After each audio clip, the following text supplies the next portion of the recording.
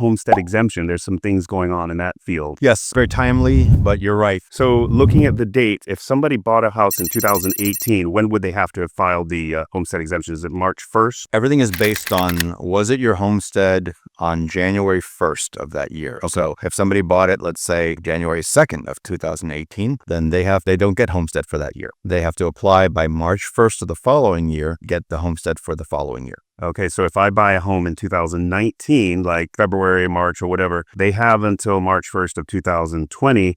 But the important thing is not to forget it, right? So if they forget to file by that date, they don't get it for this year. Unless you just like paying extra. What it gives you is a discount on the assessed value of the property, which results in a smaller tax bill for your property tax. And over time, they've increased the exemption. And so the discount has gotten larger and it becomes a more valuable right. And probably even more important than that is what's called the Save Our Homes cap, which under current law, homesteads, they can't increase the assessment by more than 3% per year. It can actually be less than that if the CPI, the Consumer Price Index, is less. But the maximum is 3% per year for homestead properties. In an appreciating market, you can see how that can build up over time. Yeah. And whereas the real value is going up, up, and up, the assessed value for tax purposes is being capped. And so that's a very valuable right, and you wouldn't want to lose that. So some people have been in their homes a long time, pay very little in taxes, while their neighbor who bought the house more recently could be paying, or it was an investment property, not homesteaded, could be paying a lot more in taxes. Exactly. For example, I've owned my home for 20 years, and that's 20 years of accumulated savings. And I was joking with my wife. I said, if we bought this exact same house again, our property taxes would triple because they do reassess it every time that there's a new owner. There's ways that you can lose that valuable right. And I don't think people really understand. What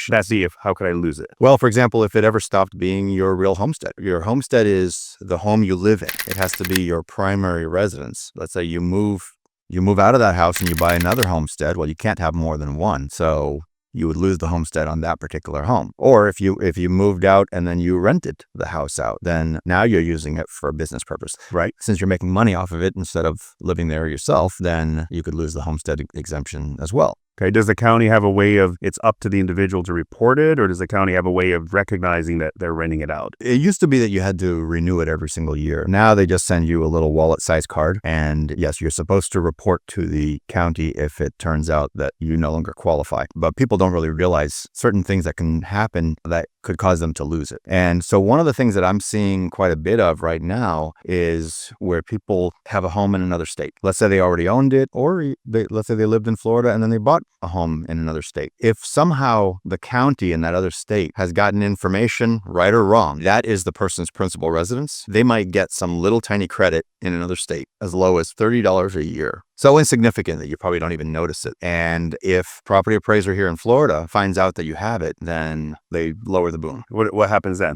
Well, the first thing is that they'll say you have to pay the tax that you would have paid as if you had no homestead exemption retroactively for 10 years. And then there is a 50% penalty on top of that, and then 15% per year interest. So, and the way that people find out about it is they get a letter from the property appraiser, and it's basically says you were receiving a credit somewhere else, and therefore you're not entitled to your homestead. It's retroactive to when you started receiving the credit at the other location. And then they give you an amount, and the amount in the letter is already high enough, but that turns out to only be the amount of the tax. And then you have to contact the property appraiser's office, and then it's a terrible thing to find out that probably was only about 40% of the total, because it did not yet include the specific number for the penalty and also for the accrued interest. Well, that's crazy. So is it because the world is more connected with computers that our county could check in with other counties and just cross-reference people, and they're using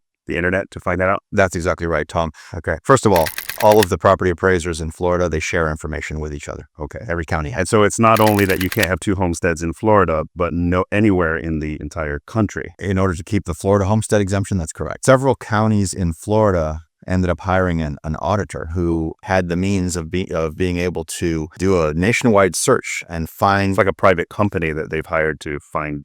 Yes.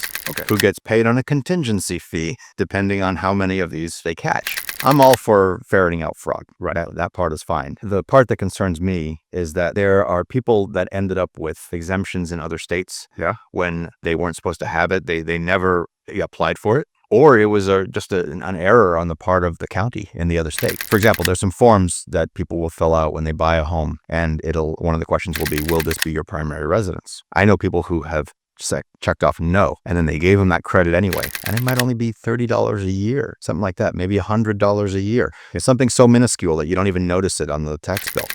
And it goes on and on for years because they never noticed it. And then they get a letter from let's say the Brevard County, Florida property appraiser, and they say, oh, you've been receiving this for 7 years or 10 years. Now you owe this enormous tax bill and you don't have your homestead exemption and lost all of your Save Our Homes. They'll say you can apply again, terminate the process of you receiving the credit in the other state, Right. apply again, but they're going to reassess the property based on current value. And then you have to start your Save Our Homes cap all over again. Well, I mean, what kind of numbers could it be? I know it varies per house, but like roughly, do you have any experience of any of these astronomical numbers? I know one who had to pay $16,000, another in the low 30,000s, cases that were challenged in Sarasota County. And that one, I really got sticker shock on that one because that poor guy had to pay $81,000. That was the total bill of the back taxes, the penalty, the 15% interest per year is what really kills you. So I guess you've probably got two categories. You probably have the people who legitimately thought no one's going to know, and they're trying to get homestead in 2 states. And then you got the people who would just it was an error on the part of the county, or they made a mistake and didn't realize that that was equivalent to Correct. their homestead. And unfortunately, they're getting caught up in the same net. And if you were to ask the property appraiser, what are you doing here when you're doing that? Oh, well, we're combating fraud. And they are. They're combating fraud in certain situations. Unfortunately, the statute that they're working under doesn't mention intent. And it only says if you applied for or received the credit. And that's where language comes into play. It doesn't say applied for and received it. It says applied for or received it. But there might be some hope, Tom. Okay. There was a brand new United States Supreme Court case, Timms versus Indiana, and it was unanimous decision. And there, the Supreme Court said that the 8th Amendment of the U.S. Constitution, which everyone's familiar with, cruel and unusual punishment. That's what everyone thinks about with that one. But it also says the government cannot impose excessive fines. And so it was in the context of a forfeiture proceeding. Plaintiff there was convicted of a drug offense. And so they seized his vehicle. And the vehicle was worth much more than what the maximum fine would be. And so he challenged that, got all the way up to the U.S. Supreme Court, and they agreed with him. And so the thing that sets the precedent in that case is that they said this applies to the states, not just to the federal government, and to the states and to the local governments as well. And it's interesting. The language in there is very interesting because they recognize that it's hard to convince people in a state or a community to increase their own taxes for governmental purposes. And so instead, they look for ways that these agencies can fund themselves. Yeah. So there's an incentive to just fine people and to have the fines be very excessive. Hopefully this will end up reining this in. We'll see if this ends up applying in this context. But like I said, the case is so brand new. So they still are going to be hunting the people who intentionally are defrauding, but at the same time, people that it was just a mistake or an error on the part of another county. It would really be nice if the Florida state legislature amended that statute and put an intent element in there. Right. In other words, that if the property appraiser can prove that you intentionally were trying to have a homestead